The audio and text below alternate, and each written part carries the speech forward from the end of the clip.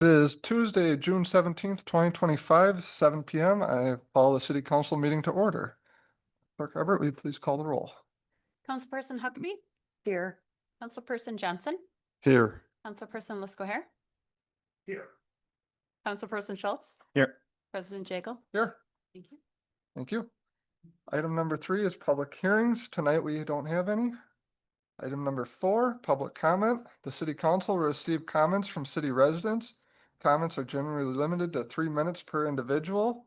Anyone wishing to speak is required to sign up in advance or state the following items for the record when called upon: name, address, and subject matter. No action will be taken upon any public comment unless the item is also on the agenda. For those following on Zoom, if you wish to speak, please raise your virtual hand as the chat box is not monitored during the meeting, and those on the call must remain muted unless recognized to speak. We will start out with those who have signed up. First, we have Robert Bell.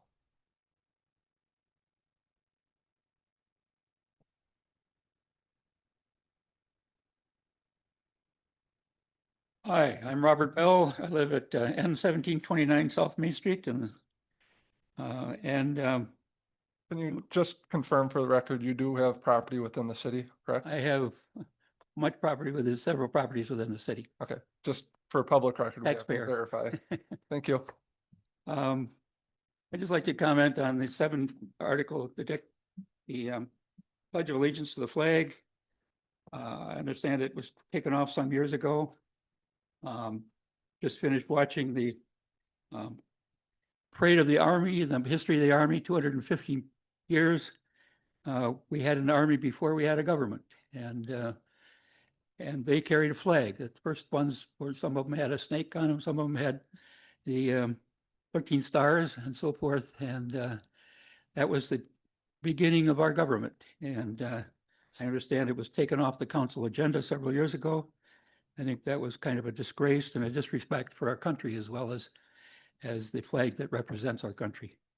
And I'm strongly encouraging the council to put that back on the agenda and start every meeting. I was a Boy Scout from the age of 6.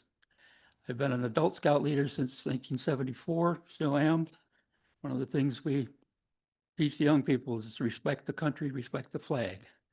And that's a symbol of the whole thing that America stands for. I strongly encourage the council to put that back on the meeting agenda, and start every meeting with a Pledge of Allegiance to the flag that represents our whole country and what it stands for. Thank you. Thank you. No applauding, please. Keep the meeting professional and moving forward. Next, we have, I believe, Judy Lyons. And I am Judy Lyons, 413 South Fifth Street here at Fort Atkinson. And I am also speaking to the same 7C thing. And what I would like to do is present a few points that Mary Lynn Vogel had wanted to present at this meeting, and she could not be here. So that's what I'm going to do. First of all, saving time is about the flimsiest excuse, as it takes only a minute to say the Pledge of Allegiance. That's what I'm talking about. And by doing that, we show patriotism and a connection, in a sense, to our larger country. It represents a civic duty. It shows national pride. It shows respect for our flag and what that flag represents. It shows unity regardless of backgrounds or belief systems. It's a reminder that our elected officials that their responsibility and actions must serve the best interests of the community and of our nation. If excluding the Pledge of Allegiance has been in some way to advance inclusion, it is actually achieving the opposite effect, because it is eradicating the inclusion of American citizens who voted for these folks and who stand with this whole business of being able to say the Pledge of Allegiance. And I think it's incredibly important for us to do it as Mr. Bell said that it's an example for other places. It is also done in most of the other municipalities around here. So I'm really hoping that it's going to get back on the program. So thank you. Thank you. No applause tonight, please. Next, we have Maisie Alley, I believe. Good evening, Maisie Alley, 407 Council Street here in Fort Atkinson. Good evening, council members. Thank you for the opportunity to speak tonight. I'm here to respectfully urge this council to begin each meeting with the Pledge of Allegiance. At a time when division seems to dominate our headlines, the pledge gives us a simple, meaningful way to stand united. Not in agreement on every issue, but in shared respect for the freedoms and values that make this country what it is. This is deeply personal to me. My father, Gail Robb, was a teacher here in Fort Atkinson and a proud World War II veteran. He lived his life in service, both on the battlefields and in the classroom. My twin brothers also fought in wars for the very freedoms that this room represents. I know firsthand the sacrifices of my family that they've made so we can live in a country where our voices matter. This morning, I spoke with my brother, John Robb, a lieutenant colonel in the U.S. Army, and his words stuck with me. He said, "It's tough to unify in this day and age, but it should be easy to unify around allegiance to the flag. We raise the flag every morning at federal buildings and installations. At military bases, all servicemen and women are saluting the flag when it goes up and when it goes down in the evening. If those who serve can stand in respect of the flag every single day, often in dangerous and uncertain conditions, surely we can take a few moments to do the same in the comfort of our own community chambers. Reciting the pledge is not about politics, it's about unity, it's about respect. And it's about remembering the people who gave so much for us to be here, free to speak, free to serve, free to stand together. Thank you. Thank you. Next, we have John House.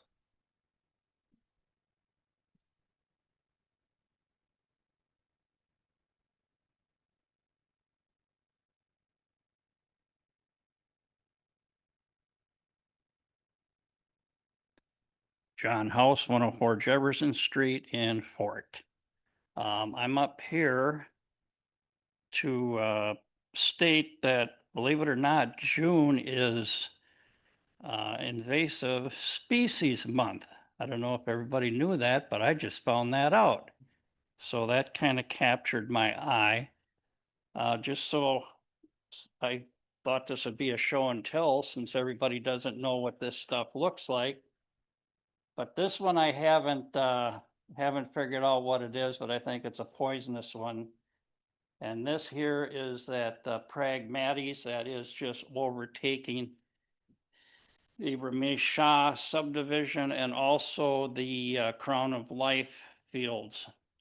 And it's nasty stuff. It's going to take over my 300 acres of hardly fought for natural habitat. So I guess I've talked to these people at the Wisconsin Wetlands Association. I gave everybody a packet on how to rid itself, or for us to rid itself. And you know, I've been fighting this stuff for 30 years. I've owned that land, my marsh and stuff, and the family marsh is being used by the city of Fort Atkinson for their wastewater. Now, why wouldn't we try to get along and come up with, there's a problem, let's fix it? And that's another issue with the wastewater that will be coming down the line. So I guess, hey, how about some help?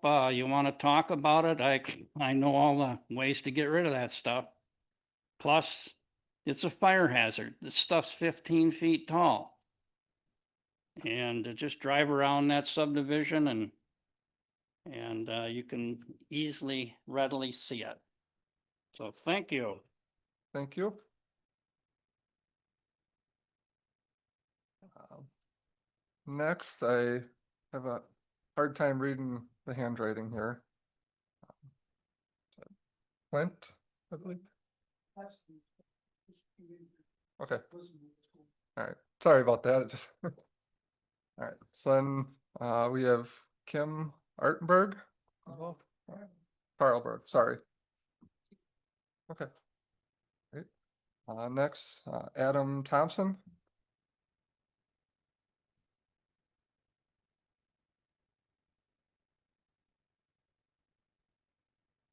Hello. My name is Adam Thompson. I live at 365 Ramesh here in Fort Atkinson. I'm here to discuss to you the ordinance regarding the obligatory Pledge of Allegiance, item 7B. I understand I'm an Iraq campaign veteran. I spent 2 tours in Iraq. I currently operate as a licensed paramedic, and I teach at a local college of emergency medicine. So I'm rather patriotic, and I do love the pledge. But it was kind of designed for school kids to have patriotism instilled in them, to see my council kind of being obligated to step up and do some virtue signaling. I feel like takes away from the duty of what y'all are here to do, is achieve some results in the business of the city. So it is a great thing, the pledge. I don't know if it's necessarily the right thing for our meetings, and I'd like to ask you all to vote that down. Thank you. Thank you. Next, I have Jerry Tangway.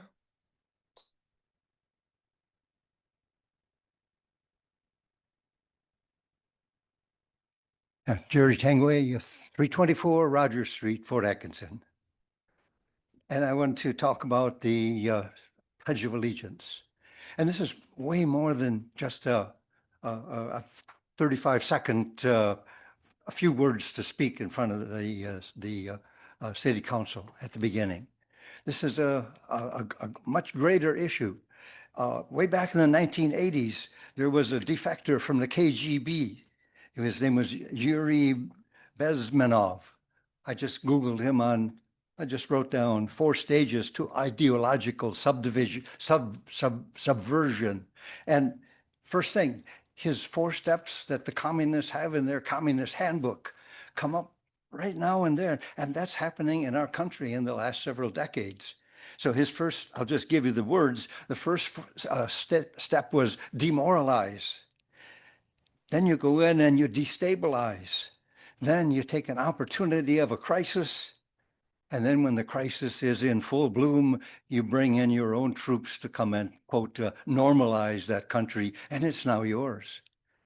So our country has really been in that process of demoralization and destabilization. And as some of us have refused to no longer do the Pledge of Allegiance, there's a reason that it's just been kind of pushed from the elites that are trying to demoralize our education, destabilize our religion, destabilize our family structures.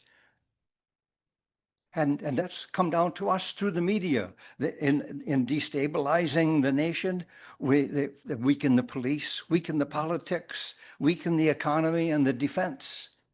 So we've been unintended readers of that politic that is anti-American. And we just brought it to Fort Atkinson as a little bit of convenience. So we also have an obligation to restore that which was lost. If any high school students possibly come to the meeting, we would like them to see that we are a bastion of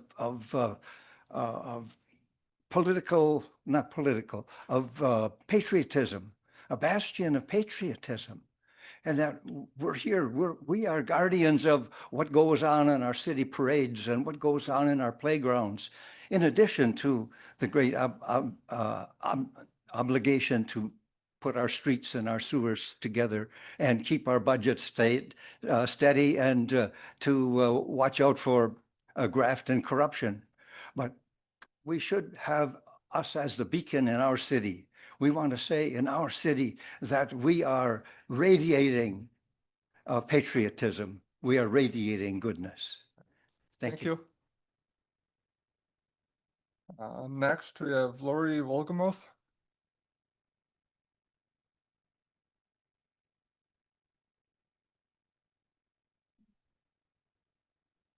Hi, I'm Lori Walgamuth, 307 East Milwaukee Avenue. And I don't mean any disrespect by this. I realize everyone works. I'm thankful that we have people that come to work and do their job. And I'm sure you try to do a good job. It's been stated that the pledge takes too long and that the council cannot just recite others, other people's favorite passages whenever someone requests it. We all know that it's a lie, that it takes too long, and reciting people's favorite passages has never come up, as far as I know, except a request for the pledge. The pledge is not just a passage of those that love this nation, and to the many who have lost loved ones defending it. You as council members are representing our city and should lead by example. And if not, many in this city would like to know your vote on this so that we can vote for people that treat these seats as a privilege. And again, it is a force, good against evil. If you cannot stand up for our flag, how can you stand up for our city? I'm going to leave you with two passages that are on my t-shirts. If this flag offends you, I'll help you pack. And America, love it, leave it, or get out. Thank you. Thank you. Last person signed up tonight is Ron Martin.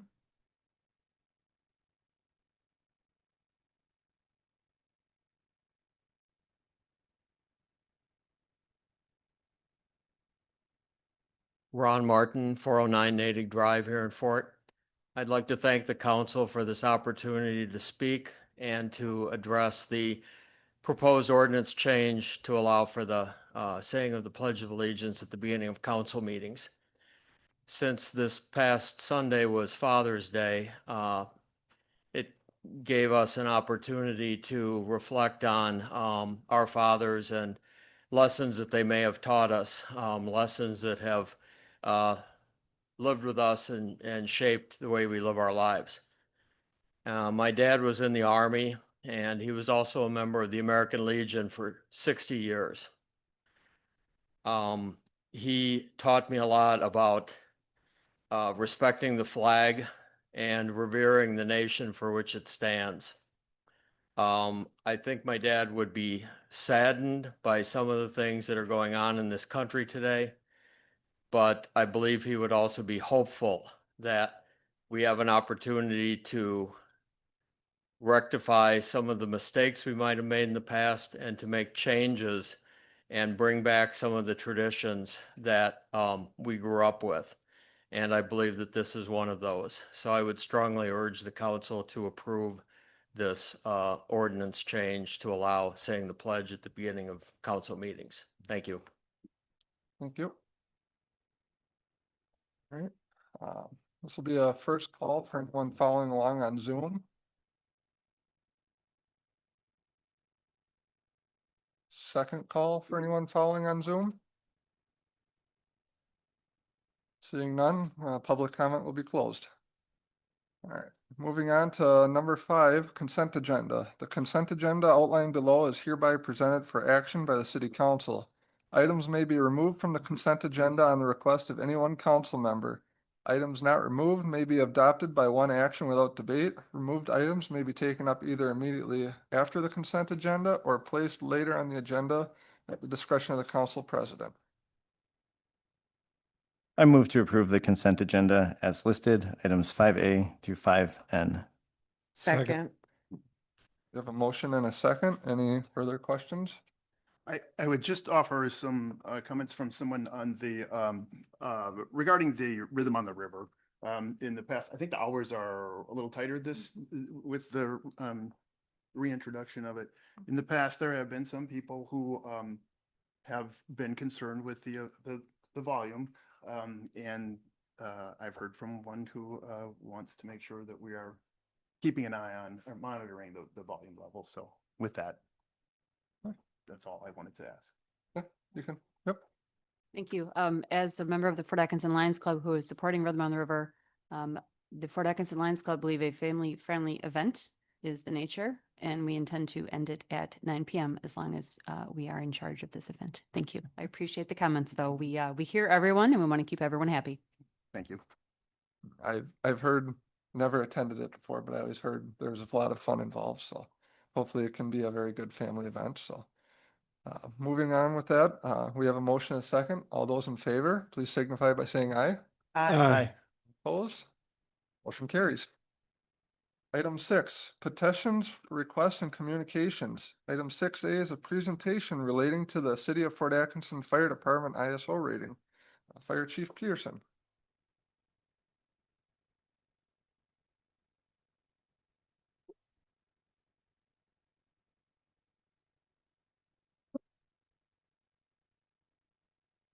Thank you, Council President. I'm here tonight to very proudly announce that the Fort Atkinson Fire Department has been reclassified to an ISO Class 2 fire department.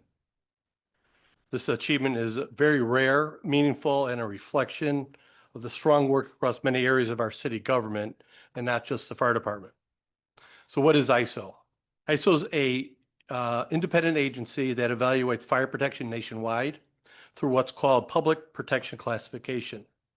So what they do is they score fire departments on a scale of 1 to 10, with 1 being the highest possible rating and typically reserved for very large metropolitan departments with extensive resources. Our ISO evaluation includes the fire department, which is our staffing, training, response times, equipment, and readiness. But it also dives deeper than that. It looks at our city's water supply system and fire hydrant system, our emergency communications and 911 dispatch center, and our community risk reduction programs.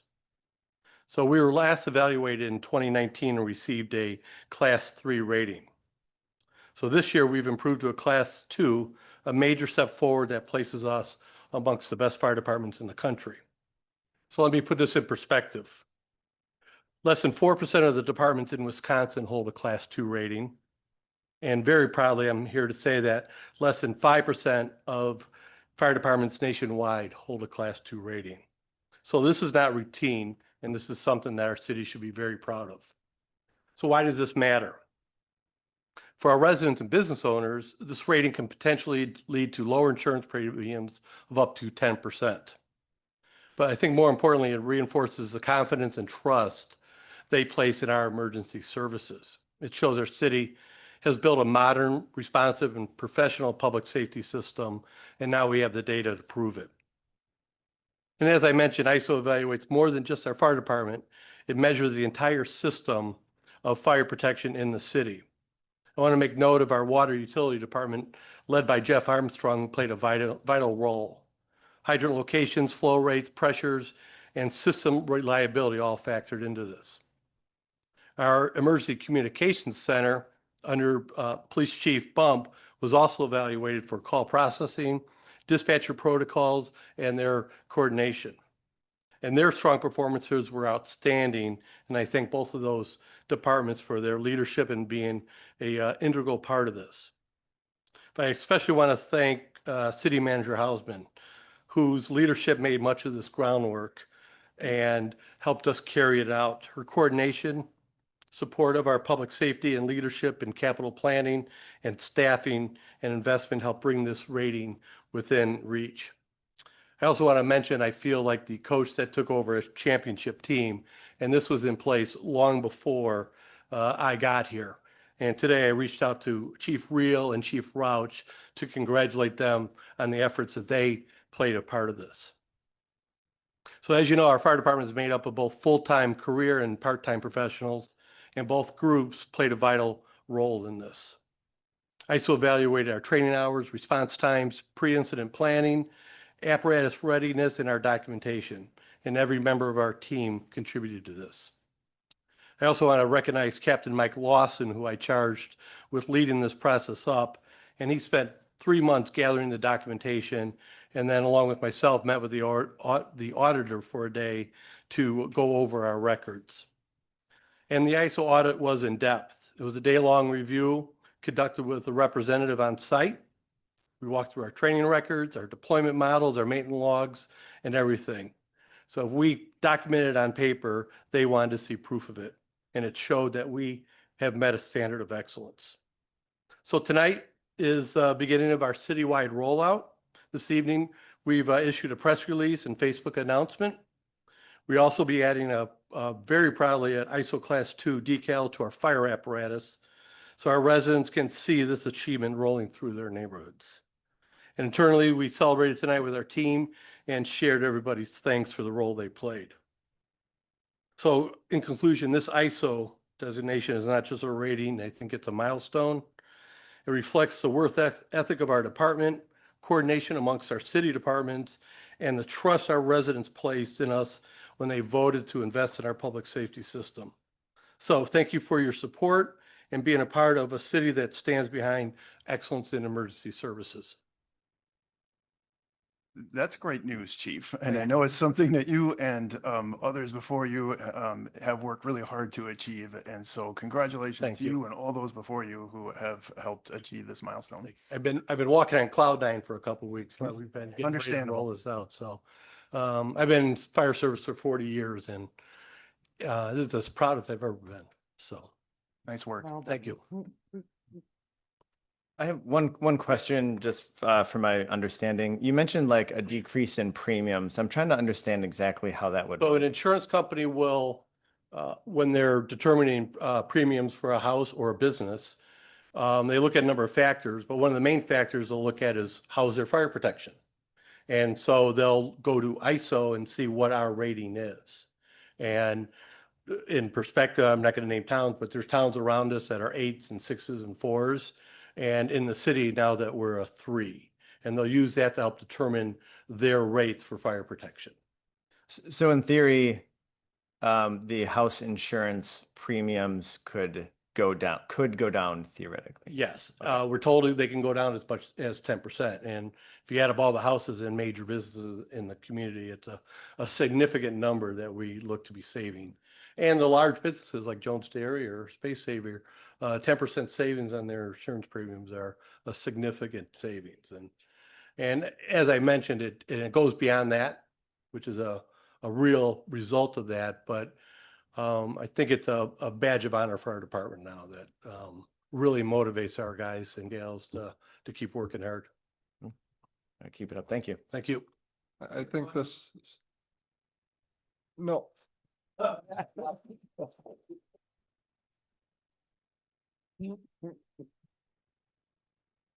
right, moving on to 6B, Public Works and Parks Operations Facility Final Project Update. Public Works Superintendent Williamson.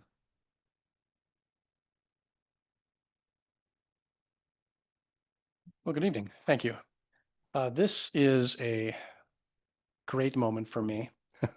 It's been a long year and several months, but this is the 5th and final. We always refer to them as a quarterly update, but this is kind of where we're coming to. The light at the end of the tunnel is really bright now.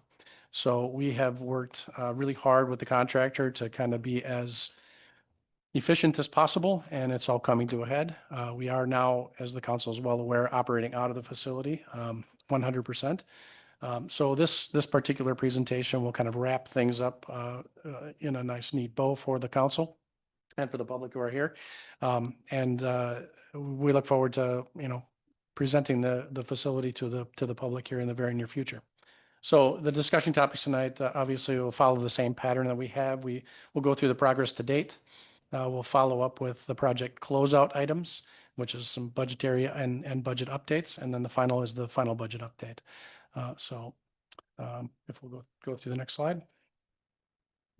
So you'll see project progress, the construction completed since the last update, which was several months ago. All furniture and furnishings and storage units and storage cabinets and shelving are in and being utilized daily. The West Parks and garage itself, interior facelift is now completed along with the exterior being done. and we have begun moving equipment into that particular unit. The existing garage that we worked out of, the old office space, is completely demolished, and it was a great day when that came down. The exterior grading and paving was completed the last couple days, and fence posts and gates are installed.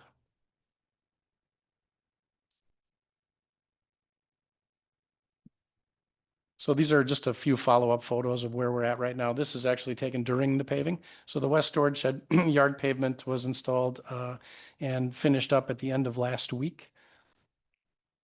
The infiltration basins have been installed for several months, but they are fully functional, and they will be ready for landscaping here, and they should be landscaped within the next week or so.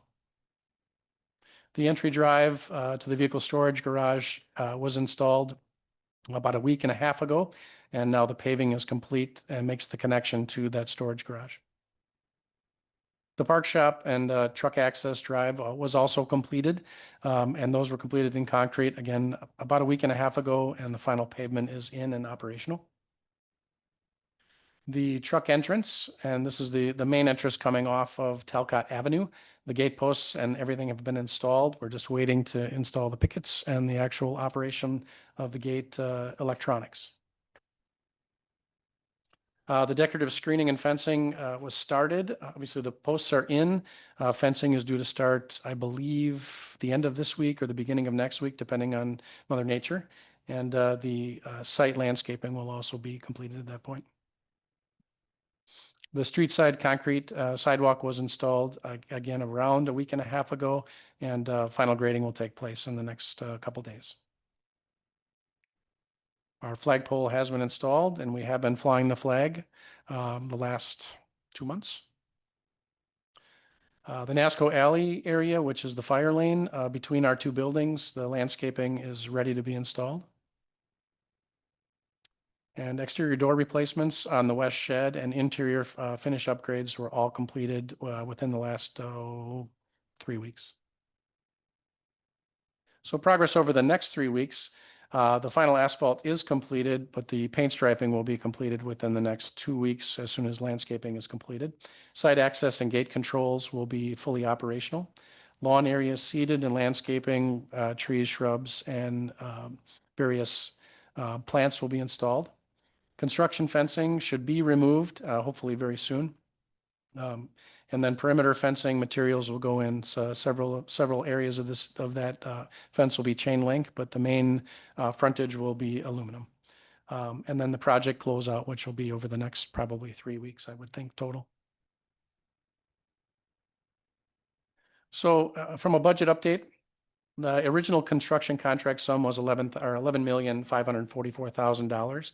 And at the time, the council did approve the 5% contingency, taking the total budget to $12,121,200. Completed to date with all stored materials, we are at $11,516,566 and approximately 96% complete. So this is something the council has seen before. This breakdown gives you the total picture, all the preparation before the construction started and construction, including the FF&E, which is furnishings and equipment. So you'll see at the top, we have all of the referred to soft costs, which are the land purchase, the surveying, design, permitting, and construction oversight with utility relocations. At the moment, we have spent $1,164,275 of an original $1,166,975. So we have about $2,500, $2,600 left. And I believe that we have one more billing that will be due that should be under that total. The contract with Gilbank Construction, including the 5% contingency, was again 12 million, a little over 12 million, $12.1 million, and we are at $11,516,000.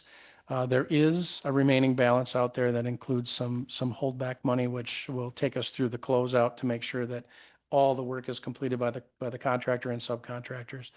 But the remaining balance after closeout, if the remaining balance holds steady, we should be under budget by about $166,000, which is good news. And then the FF&E items, we are at 100% on those items. We budgeted originally $545,000. That included all the break room furnishings, the office furnishings, the shop equipment that needed to go into place.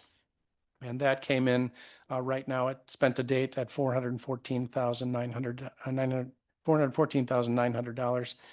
So that leaves us with a balance of about $130,000. Again, as you see with the totals, we have an original estimated cost of about 13.8 million, and we are coming in spent to date at just under 13.1 million, which is all, again, very good news for us at this point because we are very close to being 100%. And then this is a very good moment for us. This is the ribbon cutting / open house that we've got scheduled to date. This is an aerial photo that was taken as soon as the paving contractor completed the paving of the yard. But we've scheduled that open house to the community and to the public Friday, July 25th from 4 to 6 p.m. And again, it'll be at the new address, which is 600 Talcott Avenue. And that's all I have for now. I can certainly answer any questions if there are any. I don't really have a question other than a pat on the back on the good job that you did. Thank To you, I have a appreciate it. project of that magnitude and come in that close and just under budget is outstanding concern and well done. Thank you, appreciate it. And after the tour that I had there, I loved it and I loved how you maintained everything. And you had said that it would be good for at least 50 to 60 years. Yeah. Which I think with the way you take care of it, absolutely. So Hopefully, good job. we'll keep going in the way we are. Yep. I think it's a very nice building. It's long overdue. Assume you're very happy not having to trip over water buckets catching through the ceiling now. Quite happy that it doesn't rain in the building anymore. I think one thing is, as council members and stewards of our residents and taxpayer money, I know that $13 million sounds like a lot of money, but I know that in discussions and planning for this, that to try to maintain the former facility over the next 20, 30, 40 years would have far exceeded that cost. So hopefully, although some may balk at the cost that we had to spend on this, hopefully they understand that this is the correct long-term financial decision for the city. Appreciate that. Thank you. Yeah. All right, moving on to item 7, resolutions and ordinances. 7A, review and possible action relating to the resolution approving the 2024 compliance maintenance annual report for the city of Fort Atkinson wastewater utility. Wastewater Superintendent Sweeney. Good evening. The state of Wisconsin Natural Resources Code 208 requires that each wastewater treatment facility complete and submit an annual evaluation on the condition and the performance of its treatment plant facility and collection systems. This year, the utilities 2024 grades were all A's in effluent quality on BOD, total suspended solids, ammonia, phosphorus, and then an A in biosolids quality management, preventive maintenance and staffing, operator certification, financial management, and in the collection systems. We did receive a B in influent flow and loadings. The overall grade point average for the facility was 3.92, and that's on a 4.0 scale. And it indicates that the plant is in good condition and is operating at a very high level. There were 17 points deducted for the 2024 report year. The facility received point deductions for the influent flow, and that's the wastewater that's incoming to the plant, exceeding the 90% threshold in March and 100% in April, May, June, July, and August. This is due to precipitation, accumulated snow melt, and the water levels of the Rock River. It was an above average year for precipitation. However, no plant processes were adversely affected by the higher flows. The city continues to address the inflow and infiltration issues in the collection system. In March, we actually had a re-rate study done from the Wisconsin DNR, and that'll take our maximum monthly flows from 2.7 million gallons a day to 3.8 million gallons a day. And this should help the facility to not exceed that 90 and 100% as often, because it did increase our monthly design flow by 29%. Staff recommends that the city council authorize the resolution for the filing of the 2024 compliance maintenance annual report as required by chapter NR 208, Wisconsin Administrative Code.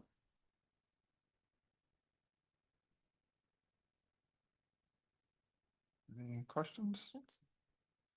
I move to adopt the resolution approving the 2024 Compliance Maintenance Annual Report for the City of Fort Atkinson wastewater utility and authorize staff to submit to the Wisconsin DNR as required by Chapter NR 208 of the Wisconsin Administrative Code. Second.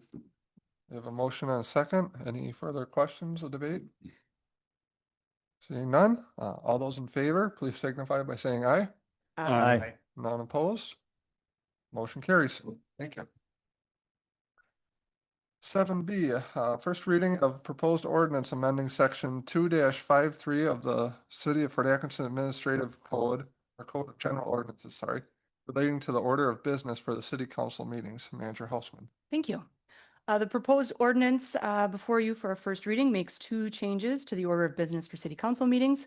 The first change is to add the Pledge of Allegiance, and the second change is to codify the use of the consent agenda, which was approved by the city council back in 2021. The ordinance committee met on June 5th and recommended that the city council approve the ordinance to amend the code relating to the order of business.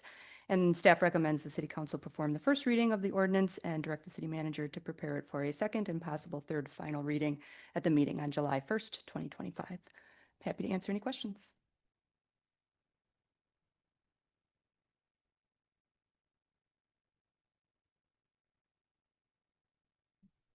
Questions? Go ahead. No. I move to direct the city manager to prepare the ordinance for a second and possible third and final reading at the meeting on July 1st, 2025. Second. We have a motion and a second. Any further debate?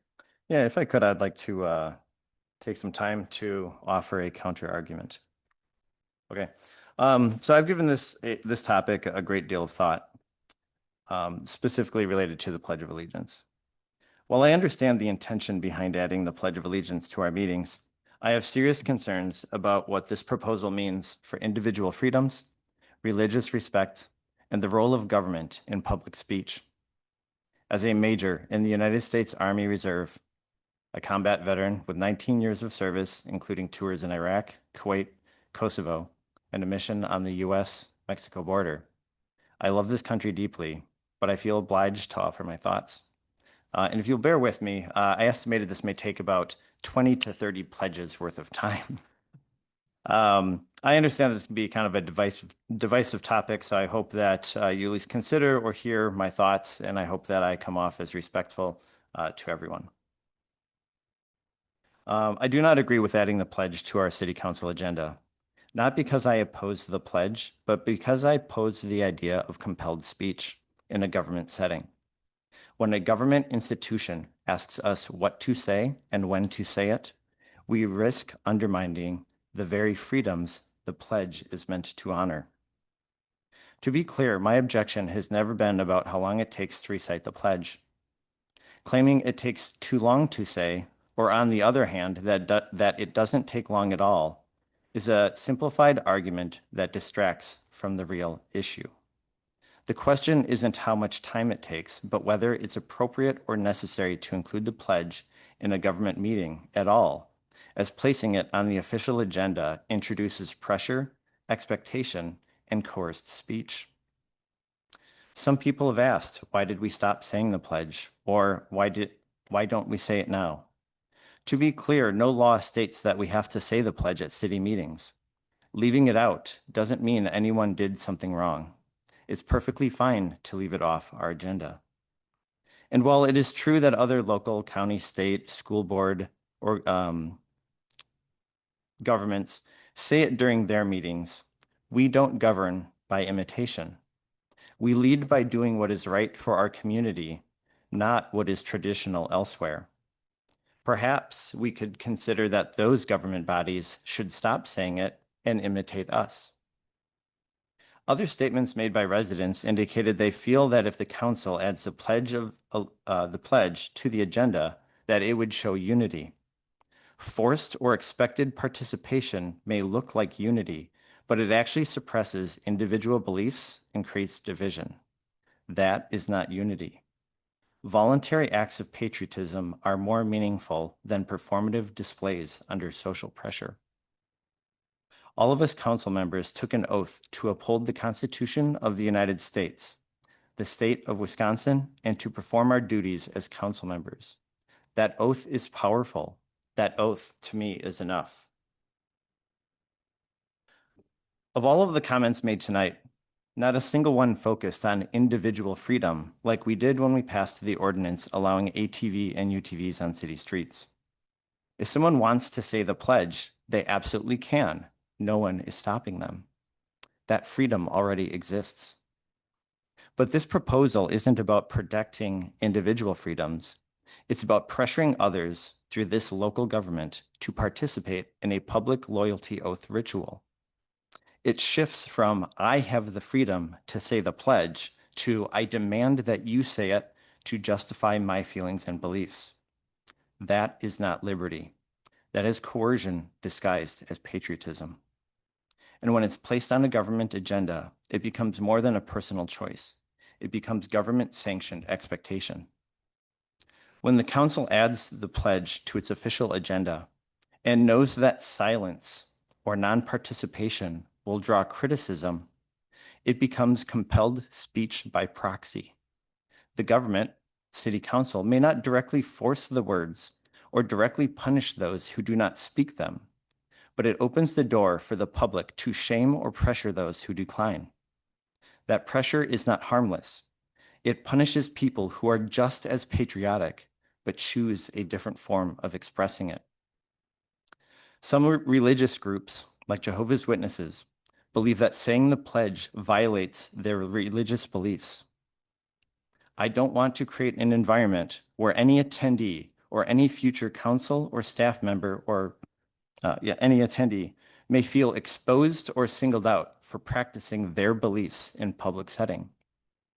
And while it may be tempting to say, they can just sit it out, that shifts the burden onto those who wish to remain silent during the pledge. In a free society, our job isn't to make people opt out of compelled speech. It is to avoid compelling it in the first place. In 1943, there was a Supreme Court case where students were expelled from school because they didn't say the pledge. In that ruling, Justice Jackson wrote that no official can prescribe what shall be orthodox in matters of opinion. I'm not a lawyer, but to the best of my ability, or more simply, no official can decide what beliefs or opinions must agree with or conform to. Doing so would be unconstitutional, and that principle protects us all. And just because all of us may agree that the words of the pledge, we may all agree with the words of the pledge, but it doesn't mean that it belongs on our agenda.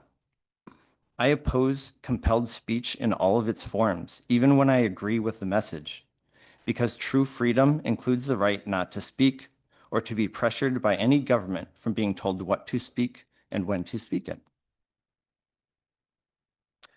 I don't believe patriotism requires public display. For many, including me, patriotism is deeply personal. When it is expected or performed out of obligation, it loses its meaning. Patriotism displayed under pressure, to me, is not real patriotism. As a current service member, I can say this with confidence. The freedoms I've served to protect include the freedom not to speak. We should never request public displays of patriotism to test or judge others or to validate our own feelings. That echoes McCarthyism. We honor service best by defending the core freedoms we swore to protect.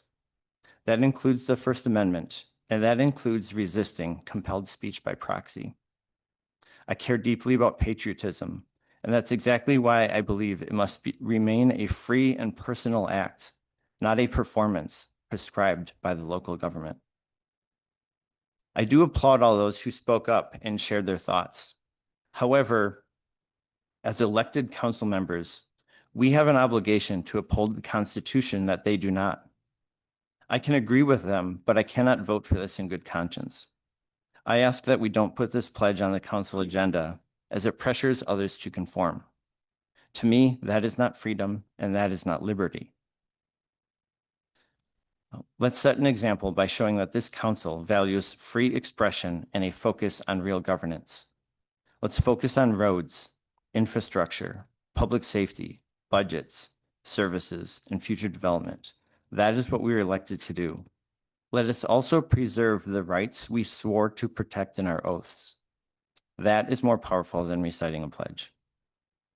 Thank you. Thank you. Any other? I also have a comment. I want to thank you, colleagues, and also the community that spoke tonight for engaging in this discussion. The interest in adding the Pledge of Allegiance to our council meetings is a response to a strong community advocacy effort that was undertaken last year. In June, citizens spoke at our council meeting in 2024 and submitted a petition with 154 signatures, urging us to adopt this practice, though the previous council did not advance it. Tonight, we honor their voices by addressing this issue. Some, including our former council president, have said that pledging liberty and justice for all can feel hollow when those ideals aren't fully realized. I share that concern. We know our community and nation face challenges in living up to those words, but the pledge isn't a statement of perfection. It's an aspiration, a commitment to strive for it, and a promise to work towards a future where liberty and justice does include everyone. To those troubled by the anti-American rhetoric on social media, I also understand your frustration. I propose that we channel that energy into constructive dialogue. Criticizing our shortcomings is part of being American. It's how we improve. But division won't get us there.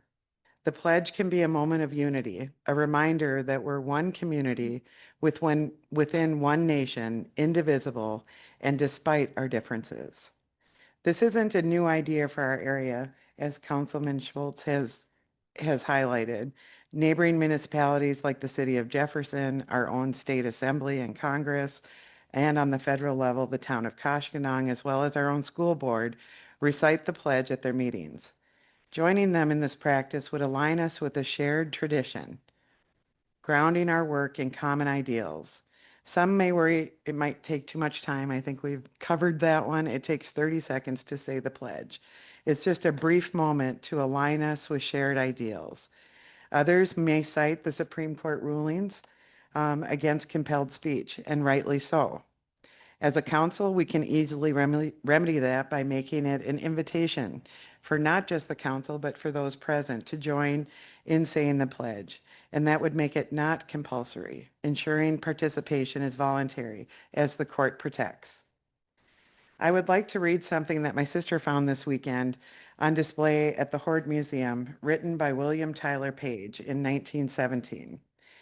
It was adopted for use by the House in 1918 and is still said today in ceremonies. It's the American Creed. I believe in the United States of America as a government of the people, by the people, for the people, whose just powers are derived from the consent of the governed, a democracy and a republic, a sovereign nation of many sovereign states, a perfect union, one and inseparable, established upon those principles of freedom, equality, justice, and humanity for which American patriots sacrificed their lives and fortunes. I therefore believe it is my duty to my country to love it, to support its Constitution, to obey its laws, to respect its flag, and to defend it against all enemies. William Tyler Page was a public servant for 61 years. Adding the pledge is a simple act that we as a council can do. It brings deep meaning, setting the tone for our efforts to make our community a place where liberty and justice flourishes for all. I support this emotion and urge us to move forward together as a council. Thank you. I just would also say something that my job isn't to do what the city wants or what anyone else wants. My job is to do what the people want. I've sat through 2 meetings, one at the ordinance committee and one tonight, where the majority of the people who took time to appear, excuse me, are in favor of this. I figure that's my job, to push it down the line and give them what they ask for. So that tells you where I'm going with it. So I've got a few ideas, thoughts of my own that I'd like to share. And in a hyper-partisan and polarizing era, even in a nonpartisan body like this, this discussion about adding the pledge takes on a whole different feel than it may have 10, 20 or more years ago. As may not be partisan driven, I'll leave that to others to decide for themselves. About a year ago, though, a few people contacted me on this topic. 2 of them specifically wanted to know why the council was removing the pledge from our meetings. And I explained it had never been part of our meeting. Never been part of our meeting ordinance during my 12 years on the council. And honestly, I don't know when it may have ever been. I don't know if staff was ever able to uncover when it was part of our meeting agenda. So if nothing else, I hope that we can dispel the myth that this council or councils before it removed the Pledge of Allegiance from our meeting ordinance. That's just not the case. And that misconception remains today. So I don't know those who are supporting it, where you're getting the information from, who is telling you what this council has done or those before us have done, that the council dropped the pledge and that we need to reinstate it. It's not the case. A year ago for me, there were higher priorities for us, for staff to focus on. Completing the Public Works and Parks Operations Facility that we heard about earlier, filling employment vacancies, collectively bargaining an initial agreement with our fire and EMS union, nailing down agreements on our newest residential neighborhood, hammering out agreements in the Clement Business Park, developing Main Street and Janesville Avenue corridor plans, planning for future garbage and recycling services, just delivering basic essential services has been the priority for me. Now, many of those priorities remain today, and there are new ones in addition to that. I think what troubles me most is how some people, for some people, the pledge is a litmus test of one's patriotism, their love of this country. Some feel reciting the pledge is a unifying action. I get that. I understand it. I respect where you're coming from. For one letter writer, as submitted by a member of this council for consideration at the ordinance committee, it's unifying provided you side with her on this matter. And if you don't support adding the pledge to our meetings, the letter writer suggests you're a communist, a Marxist, a liar, anti-America, an unconstitutional person destroying this country, a disgrace, a disappointment, and a destroyer of the next generation. So if you're for this ordinance, according to the letter writer, you support one nation under God. And if you oppose the change, as the letter writer suggests, you support one nation under Satan. I'm not sure that helps or hurts the cause, or makes a case for amending our ordinance here. But one thing I am certain of is that people want the best services at the lowest possible tax rate. And so for me, I'm not sure how adding the pledge helps us achieve either one of those goals. It has also been suggested that if you do not support amending the ordinance, that you've probably never had somebody in your family who served the country. That's not true. In the past, I have not supported adding this because there were other priorities to focus on. My late father served in the Army. I'm quite certain that if he were alive today, he would support whatever position anybody wants to take on this and not hold them in contempt if they disagree with amending our ordinance. Thank you. Thank you. One last comment I have. Generally, as a city council, right, we put things on the agenda that align with our goals. And I'm trying to understand, and this might be hypothetical right now, what was the exact goal we were trying to solve? It seems like we determined the how without determining the why. And so I'd like to know that, like, why as a city council, we haven't, like, what is the why? And we haven't agreed upon that as a city council yet. Are you asking why it's on the agenda? What is saying the pledge going to do? Like what problem or benefit is it going to bring? And have we agreed upon that end state? So let me back up just a little bit, right? If we want to advance patriotism in the city and we agree upon that as a council, great. And then we can figure out the how. It feels like adding the pledge is the how, and we're trying to find the why afterwards. So I guess what was the goal we were trying to serve? And it's a hypothetical. You don't have to answer that. I'll leave it at that for now. Well, I would yeah. like to answer that though. Okay. Because this was brought by our citizens, by our residents. And I think the talks that we've heard tonight is A, it's part of ceremony. B, it's very common with civic public service that the pledge is said. And I was in support of it, bringing it to the agenda because we're here to represent the people. That's why we're sitting here. And I think this is a super small ask of the residents. I think it's a minor blip on our agenda. And I'm really actually pretty amazed at the differences of opinions. This isn't something that I thought there'd be any difference in opinion on.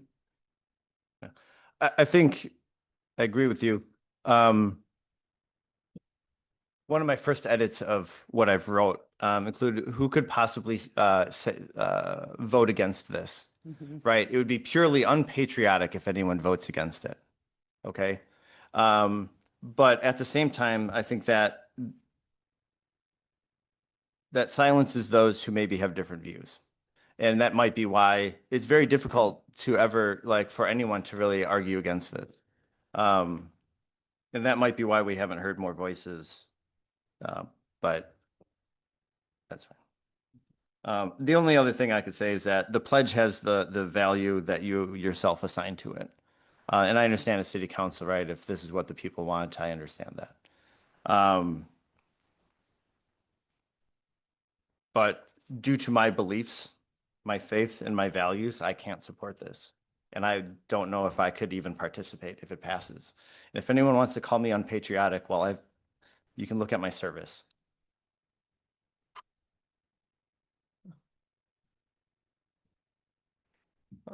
So being all that said, let's move on with this. We have a motion and a second. All those in favor, please signify by saying aye. Aye. Aye. Any opposed? Nay. Aye. The ayes have it tonight. We'll move it on for a second reading. All right, moving on to item 7C. First reading of an ordinance relating to a zoning map amendment to change the zoning district for a portion of the properties located west of Banker Road and east of Fort Atkinson High School. Parcel number 226-0614-3322-000 from single family residential SR2 to multifamily residential MRM-12, SR-5, single family residential, and conservancy, building inspector, Drager. It's a mouthful. Yeah, there's a little bit to that one. Yes, this is for the zoning map amendment, as you mentioned. This is going to be directly related to the preliminary plat that you'll see later in the agenda, as well as the zoning map amendment that follows this. This is for the portion that has not been approved for lots and division as of yet. This is the portion that remains to the north after the 3 CSMs that were approved previously. This is the zoning portion of that. The preliminary plat that you'll see later on will be the actual configuration of the property, establishing those individual parcels. This is establishing the zoning for those individual parcels. As you said, there's a SR5, which is not our densest single family zoning, but it is next to the bottom on that, or next to the next size up, I should say. SR7 would be our densest. That is better for infill lots inside city, developing those. SR5 is a denser single family and allows for a number of additional lots opposed to some zoning that we previously, I say we as a city, would have previously taken in subdivisions in the past with larger lots. This creates more lots. And then you also have the MRM 12, which is our medium multifamily zoning, and then the conservancy, which is set aside for stormwater management and undevelopable spaces. Any more discussion that the Plan Commission did review and recommend approval of this with conditions. Those conditions were in the staff memo to the Plan Commission. I know that the recommended a staff recommendation on the memorandum for this one did mention as proposed, but there are some conditions that staff recommends be included with that. I believe that was for the plat. That was for the plan. I'm sorry. That was for the Oh, I'm plat. sorry. Yes. This is the zoning. They're all kind of Yeah. holding together here.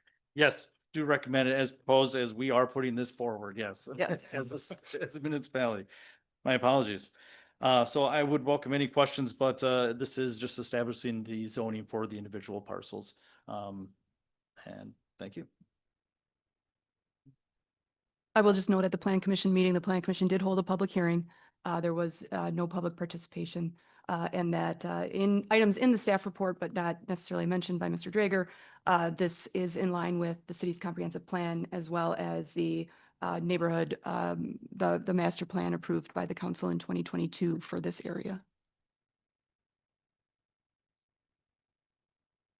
And for the specific pieces of the property that will be zoned these specific zoning districts, those are all on the preliminary plat. So I just want to note that even though this discussion sounds kind of vague right now, we're used to it. We're in it every day. So I apologize for that. But they are all labeled on the preliminary plat, which is in your packet for review as well.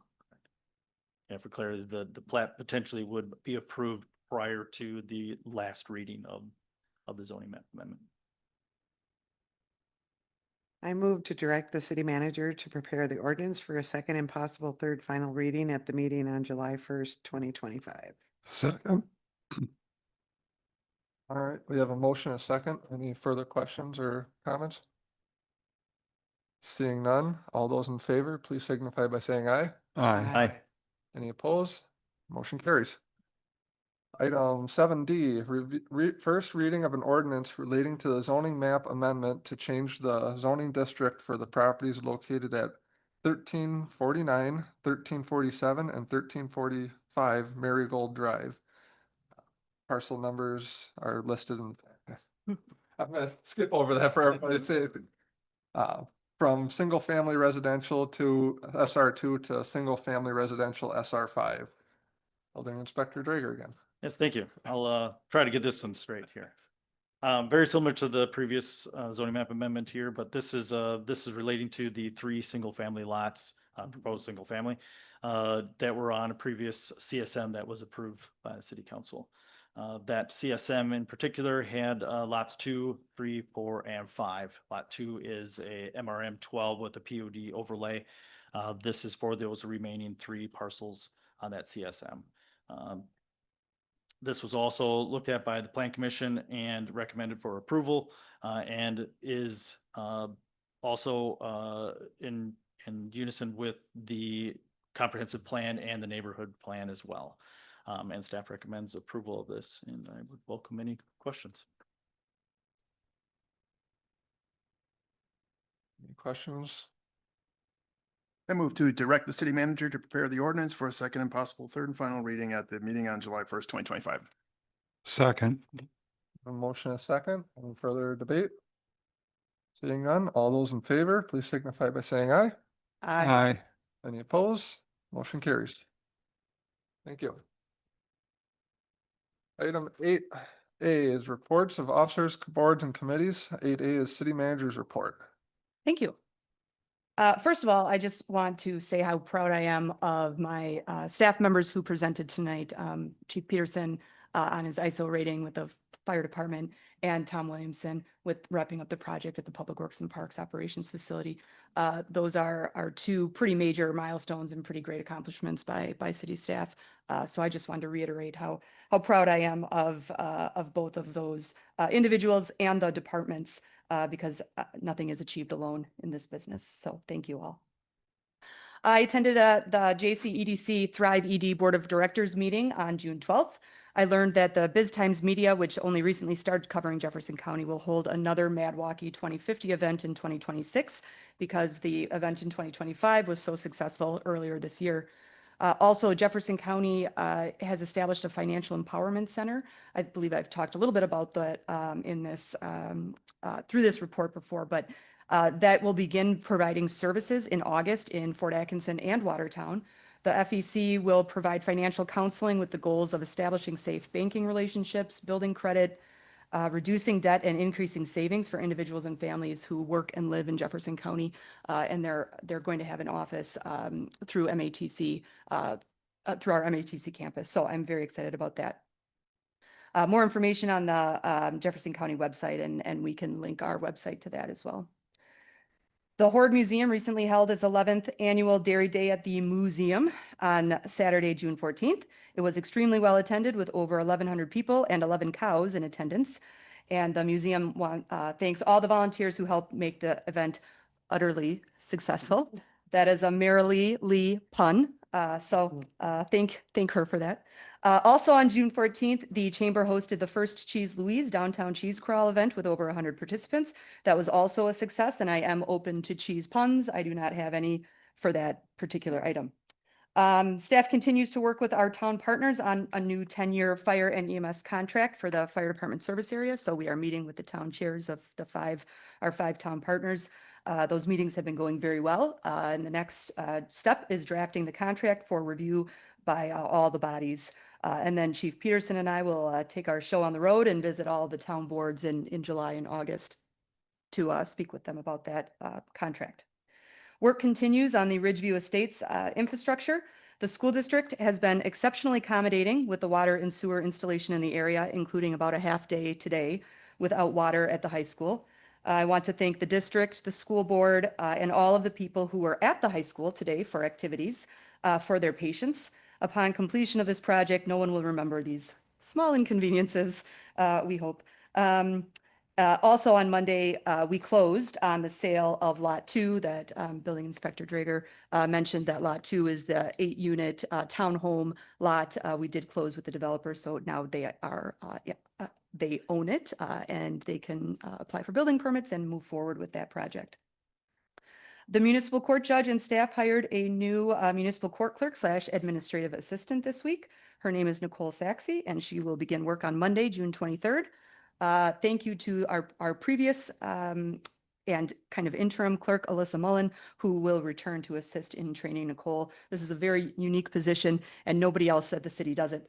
So we've been very lucky that even the folks who have moved on to other jobs are very willing to come back and train replacements for that position. After the last city council meeting, staff released a request for proposals for a new contract for garbage and recycling service. I know that has been an issue. People may be worried about that, but I've already fielded questions from multiple providers, so I'm confident that we will have some proposals to take a look at by the deadline, which is later this month. The Board of Review will meet on June 19th to hear any objections to property tax assessments from 2025. As of today, staff has not received any official notices of intent to file objections to the body. More information to the council in the coming days on that meeting. The Board of Review consists of the City Council, Clerk Ebert, and myself. On June 19th, the Local Government Institute of Wisconsin is hosting their first ever Local Government Summit. This is a one-day session in Appleton where experts will explore the evolving role of artificial intelligence, cybersecurity, and civic engagement in local governance. Sarah Wayert from my office will attend that, and I look forward to hearing more about it when she returns. And next week, Wednesday through Friday, I will be out of the office at the Wisconsin City County Management Association Summer Conference in Sturgeon Bay. And the theme for that conference is Building Bridges, Collaboration, Innovation, and Service. So that is my report. Thank you. Thank you. Moving on to item 9, unfinished business. Tonight we have none.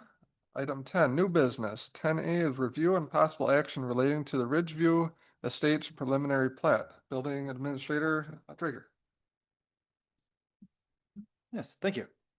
This will be the last part of a three-part series here. This is the preliminary plat, as you stated. This is establishing the individual parcels really for the entire development now. It will be encompassing the previously approved CSMs as well and the public rights of way. As you'll see, or as you saw in your packet, that preliminary plat did lay out and describe each of the individual parcels and their proposed designated zoning, as we discussed those different zoning designations in the previous zoning map amendments. The Plan Commission did review and recommend approval of the preliminary plat once on January 28th, and then after revisions again on May 13th with some conditions. There was a couple items in the preliminary plat, mostly to do with easements in place for utilities, which are not on there yet. Those will be put in place prior to the final plat being approved, as well as the outlots 2 and 3, which are on the preliminary plat.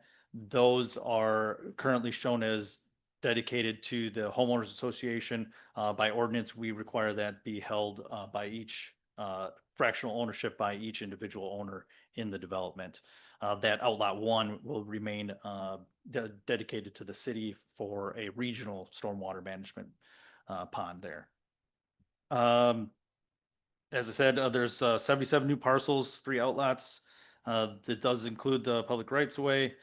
We discussed in the zoning map amendment as well as in previous meetings with this preliminary plat. This is in unison with the comprehensive plan and the neighborhood plan for that area. I guess, I'll be open to any questions, but staff does recommend approval of the preliminary plat with those conditions that were in the staff memo to the Plan Commission. And I would be happy to list them off if we are not entirely clear what those were. Apologies. I have them right here, You Jeff. have it right there. Thank you. There's 6 conditions. The PUD lots to be labeled with each individual lot space zoning. Outlot 2 to be eliminated and replaced with stormwater easements, bringing all proposed lots into conformity with respect to dimensions. Outlot 3 to be eliminated to accommodate changes in road grading per the design engineer. Number 4, utility easements to be shown on the final plat. Number 5, set all collector street radii to city standards. And number 6, outlots to be described or labeled as conservancy, CON zoning designation on the final plat. Thank you. Well, just enlighten me a little bit. I'm confused with the part of the outlots and the homeowners association end of it. So the city won't own those outlots per se? Correct. Outlots 2 and 3, the city will not own those. Okay. Maintenance and ownership of those will be with the subdivision Okay. and the individual owners there. Okay, so this is enhanced creating a HOA for that subdivision. They will have a homeowners association. The difference there is that they will be a fractional ownership on the actual deed restriction or on the deed. So if the homeowners association were to own it and then the homeowners association were to cease to exist, which is possible, then it would fall back on the city. Through fractional ownership with each of those parcels, they cannot, cease to own that outlot. Okay. So then each of them are required to maintain that outlot As as a doesn't whole, fall yeah. on the city itself to maintain. Correct. Yeah. Okay. Thank you. You're welcome. And that's a county requirement that came up in their review as well as an ordinance for the city as well. Okay. And the exception is the outlot one, which is regional stormwater, which takes the stormwater from the public rights of way for this development. So that is why the city will own that outlot one and maintain it. Correct. Any further questions for building inspector? I move to approve the Ridgeview Estates preliminary plat as submitted. Second. Motion and a second. Any further questions or concern? Okay, seeing none, all those in favor, please signify by saying aye. Aye. Any opposed? Motion carries. Thank you. Yep, thank you. Item 10B, review and possible action relating to the request for proposal for financial auditing service for the fiscal years ending in 2025, 26, and 27. Clerk Treasurer Ebert. Thank you. Independent financial audits performed by a certified public accountant or CPA, the crucial for local government as they provide objective assessments for the management of public funds. Staff's intention for providing an RFP aids in the selection for a fair representation in conformity with the generally accepted accounting procedures, also known as GAAP. I'm full of acronyms in my position. Firms that submit quotes will be evaluated by staff, focusing scope of the audit, the goals, and the timelines. Baker Tilly has served the community for over 15 years. If you all recall Andrea Jansen, that was here prior. I would assume they would also submit a quote for this. They provide audits on our general fund, our utility fund. They've aided in assistance with preparing our state municipal financial report, and then also the PSC, which is the Public Service Commission report for the utility. There's no financial impact submitting for the RFPs. We do anticipate quotes to come in anywhere from $30,000 to $60,000. It is can be a costly item. Funds for the audit, the general fund audit, is paid for out of the general fund, and then the portions of the utilities do contribute for the performance of the audits that are for the utilities. So I'm happy to answer any questions. There is the sample RFP that is noted in our packet. It does provide a lot of information as far as our current practices, and then items that we are seeking from the firms, including their level of expertise, their experience, the hours they would be spending on our audit. And we do have our timeline in there that is a little bit flexible, but generally it begins November with the full audit to be completed in February, and then allowing additional review by the auditors, staff time with presentation to council. May is generally when we desire to have the audit performed. Past years is what June, but as things are improving with our financial processes, we were able to provide the financial audit in May. So things have gone well, but as our contract with Baker Tilly is expiring, this is normal actions to take just to confirm that we are following through in our due diligence. I just have a quick question. When was the last RFP? Was that 2019? 2019 was the last one that we performed. Okay.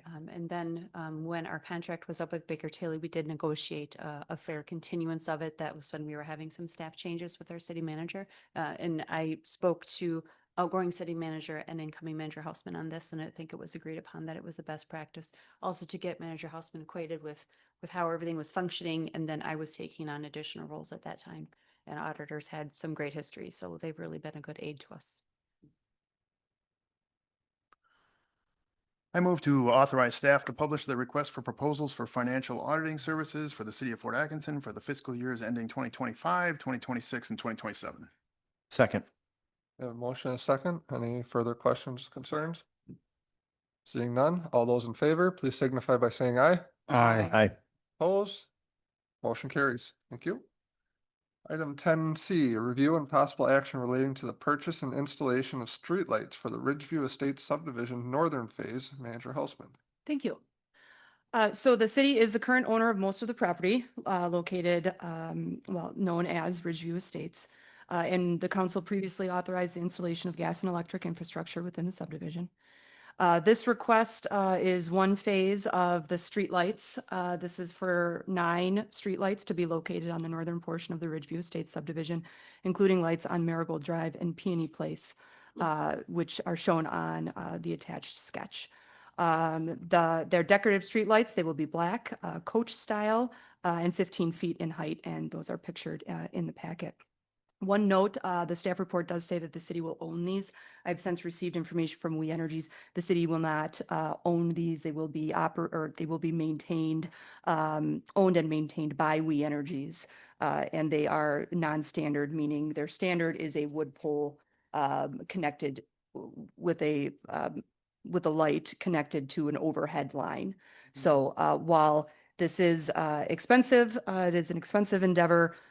It will be worth it to have the underhead line or underground, lines for this subdivision and these streetlights. So the cost of the streetlights are $27,020.83. Staff does propose to use funds from Tax Increment District 9 to pay for the streetlights and other infrastructure as part of the development agreement. Staff does recommend that the City Council approve the payment of $27,020.83 to We Energies for the streetlights in the northern phase of the Ridgeview Estates subdivision to be paid for using TID 9 funds. I have a quick question. In previous years, we've had streetlights that were of like a steel construction that had rusted and needed replacement. I'm not sure if it's necessarily, we don't need to know this information. I do believe, if I read correctly, that they would be maintained by We Energies throughout the life while they're placed. So Yeah. although it doesn't, I guess that kind of nullifies whether or not it's steel, galvanized, aluminum, et cetera. So. Yes, they will be maintained. I believe the details of the material are included in the letter. I believe they are fiberglass.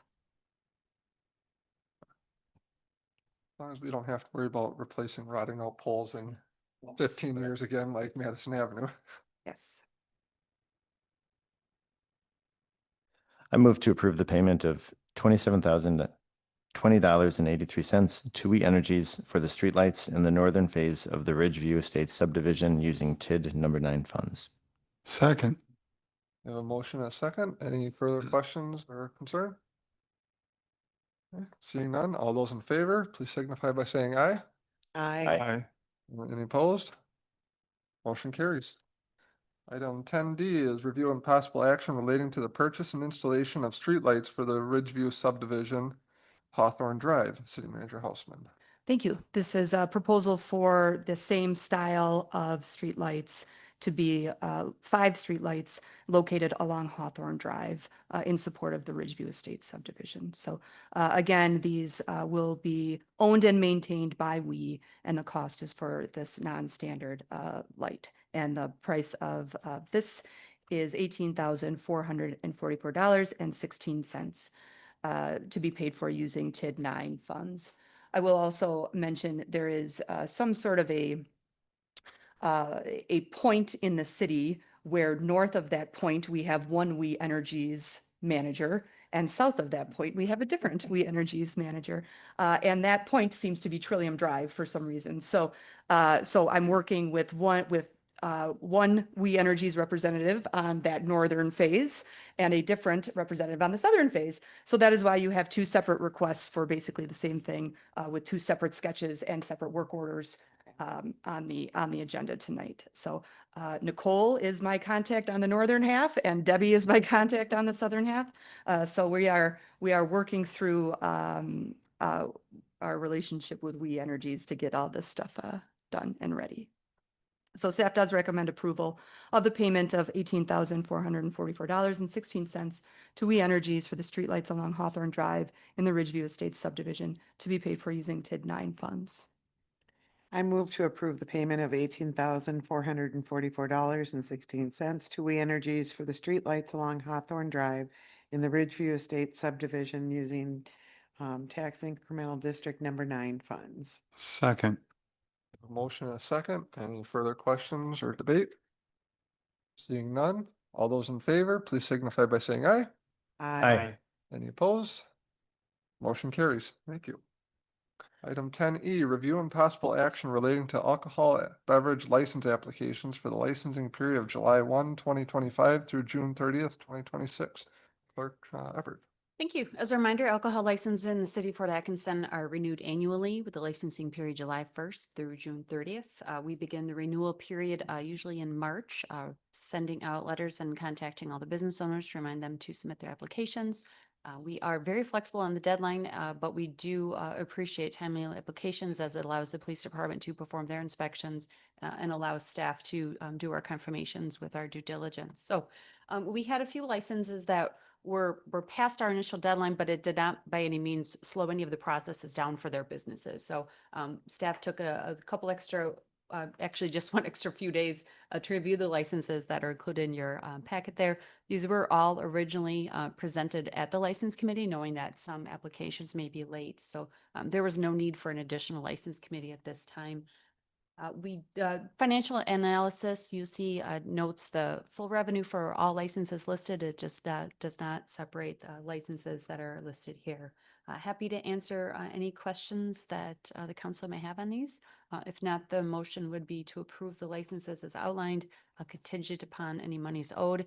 Typically monies owed are just the license fee, or maybe there could be a water bill that might be due also for the businesses. I move to approve the licenses outlined in the staff report contingent upon all monies owed to the city are paid prior to issuance. Second. Motion is second. Any further questions or debate?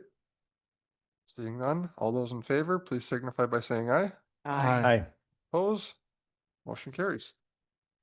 Item 10F, review and possible action relating to the purchase of office furniture included in the 2025 CIP project to reconfigure the city manager's office area and remodel the recreational office and at the municipal building. Parks and Recs Director Dayton. Yes, good evening. Tonight, I'm presenting on just one phase of the reconfiguration of the city manager's office and then also the remodel of the Parks and Recreation office here at the municipal building. The project is part or is included in the 2025 CIP, which was improved back in November. And we have a total allocation of $28,000 using borrowed funds for this project. As mentioned in the memo, the last major renovation that we had was back in 1995. And as you can see with some of this furniture here, even it definitely reflects the era that it was built in and the functionality that was required then.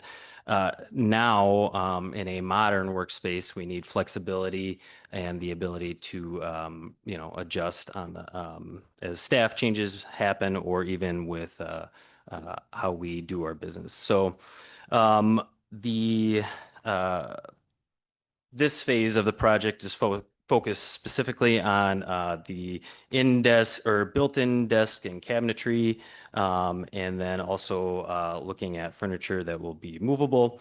But also included in the project in different phases will also be the replacement of carpet in the city manager's office, repair of tile in the park and recreation office, and then also reconfiguration of both entryways for staff and public.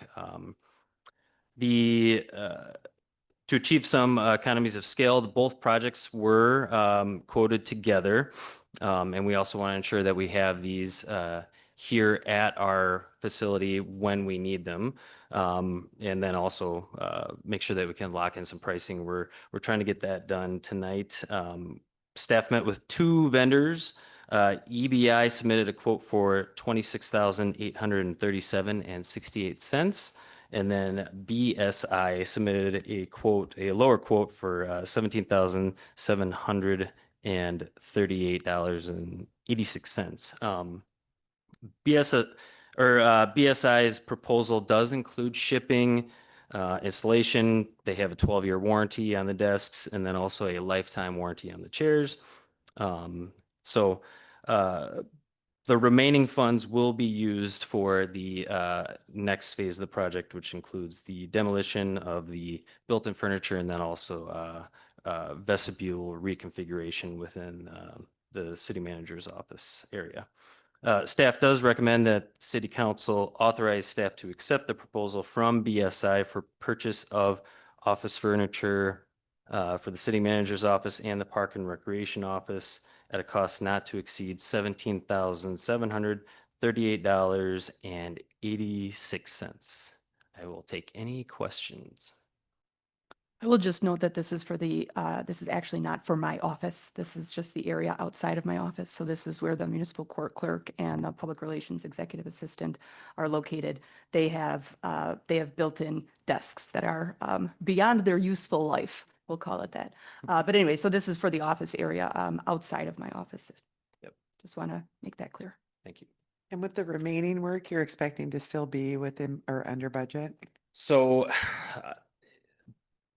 I'm looking at ways to save money, but also the remaining work will probably be over budget. I can't promise that, but yeah, it's There are, when we borrowed the funds, we borrowed those funds in 2024. We have been earning interest on those funds. When we look at the next phase of this and bring it back to the council, we'll have an answer for you. We'll be able to explain that piece. And if there are additional funds needed to complete the project, we'll be able to identify a funding source for those. I move to authorize staff to accept proposals from BSI for the purchase of office furniture for the area just outside the city manager's office and the Parks and Recreation office at a cost not to exceed $17,738.86. Second. We have a motion and a second. Any further questions or debate? Seeing none, all those in favor, please signify by saying aye. Aye. Any opposed? Motion carries. Thank you. Item 11, claims appropriations and contract payments. 11A is review and possible action relating on the verified claims presented by the Director of Finance and authorized payment.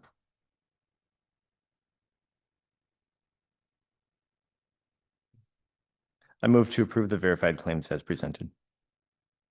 Second. We have a motion and a second. This is a roll call vote. Councilperson Huckabee, Aye. Councilperson Johnson, Aye. Councilperson Lisco Aye. Councilperson Schultz, Aye. President Jekyll. Aye, motion carries. Item 12, miscellaneous. 12A, the city council may consider a motion to convene into a closed session pursuant to state statute section 19.85 1E to conduct other specified businesses where competitive or bargaining purposes require a closed session. Is review and possible terms of a development agreement with the city manager. I move to convene in closed session pursuant to state statute section 19.85 1E to conduct other specified business where competitive or bargaining purposes require a closed session. Second. We have a motion and a second. All those in favor, please signify by saying aye. Aye. Any opposed? Motion carries. We are now into closed session.